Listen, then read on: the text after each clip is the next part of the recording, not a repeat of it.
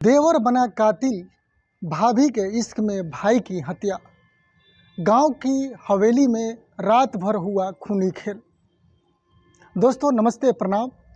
मैं हूं अभय और आप देख रहे हैं दोस्तों क्राइम आप तक। साथियों, आज की कहानी रिश्ते को शर्मसार कर देगी। भाई, भाभी, देवर, तीन लोग, लेकिन हवस, इश्क और खून का ऐसा खेल कि पूरा गांव आज भी हवेली के उस खून के दाग को याद करता है। तो दोस्तों कहानी पूरी सुनिएगा क्योंकि इसका ट्विस्ट आपको होश उड़ा देगा। दोस्तों कहानी शुरू होती है यूपी के एक छोटे से गांव की है जहां ठाकुर परिवार रहता था। ठाकुर परिवार सेठ परिवार होते हैं।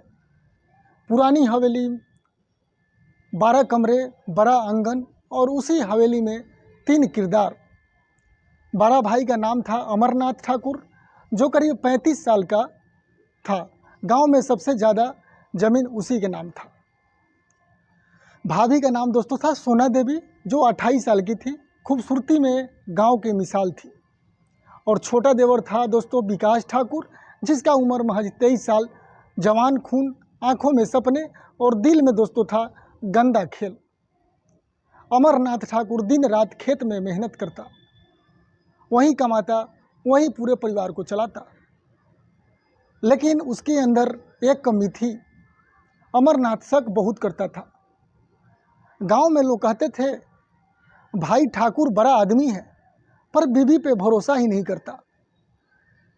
सोना देवी कहती अगर मुझसे प्यार करते हो तो भरोसा भी करो। लेकिन अमरनाथ के मन में हमेशा कीड़ा, कहीं सोना और विकास में कुछ तो गड़बड़ तो नहीं है। मतलब काम पे भी जाता था तो ये सब अंदर ही अंदर सोचता रहता था। दरअसल अमरनाथ का शक बेकार भी नहीं था दोस्तों। गांव के कुएं पर, खेत की मेड़ पर, हवेली के कोठे पर विकास और सोना की नज़रें कई बार मिली थी। विकास अपने भाभी के हुस्न पर फिदा था और सोना पति के शक से और तंग से प्यार के नाम पर देवर की बाहों में सुकून ढूंढ रही थी। गांव की औरतें ने कई बार देखा देवर देर रात भाभी के कमरे से बाहर मंडरा रहा था। लेकिन ठाकुर हवेली का डर कोई कुछ नहीं कहता था क्योंकि ठाकुर हवेली जो था दोस्तों गांव के बहुत बड़ा ज़मींदार थे तो लोग उनके इज्जत मान सम्मान ज़्यादा करते थे।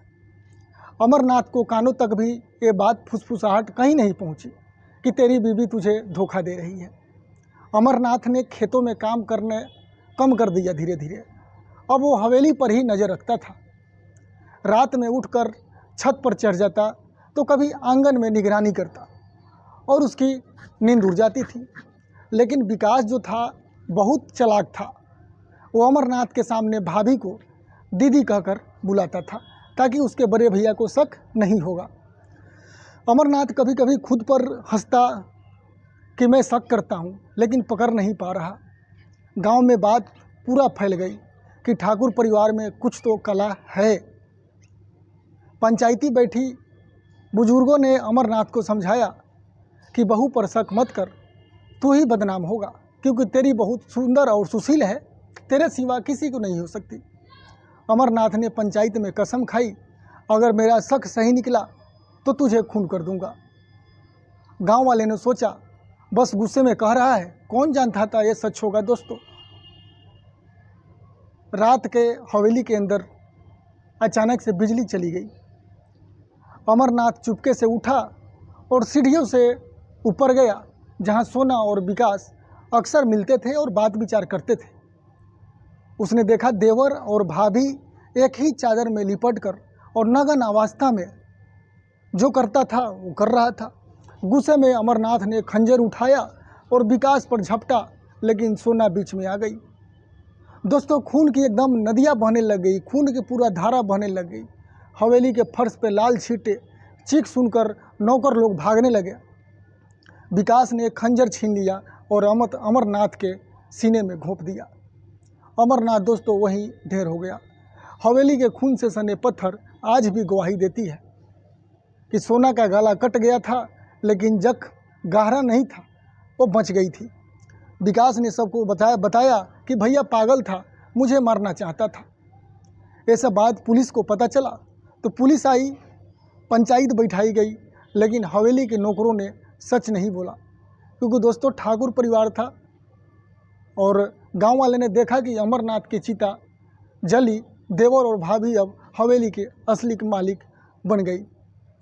कई साल बाद गांव के एक बूढ़े नौकर ने मरते वक्त सच बोला। उसने कहा अमरनाथ सच्चा था, उसे धोखा मिला, देवर भाभी ने मिलकर खेल रचा था। लेकिन पुलिस कुछ नहीं कह पाई, तब तक गवाह मर चुके थे, पूरा सबूत मिट चुका था। तो दोस्तों कहते हैं कि कानून जो होता है बिना सबूत के कुछ नहीं कर सकता। तो हवेली अब वीरान है। कहते हैं ना कि रात को हवेली में किसी के चीखने की आवाज़ भी आती है। रात को गांव में आज भी लोग बच्चों को डराते हैं, मत करना कभी किसी के भरोसे का खून।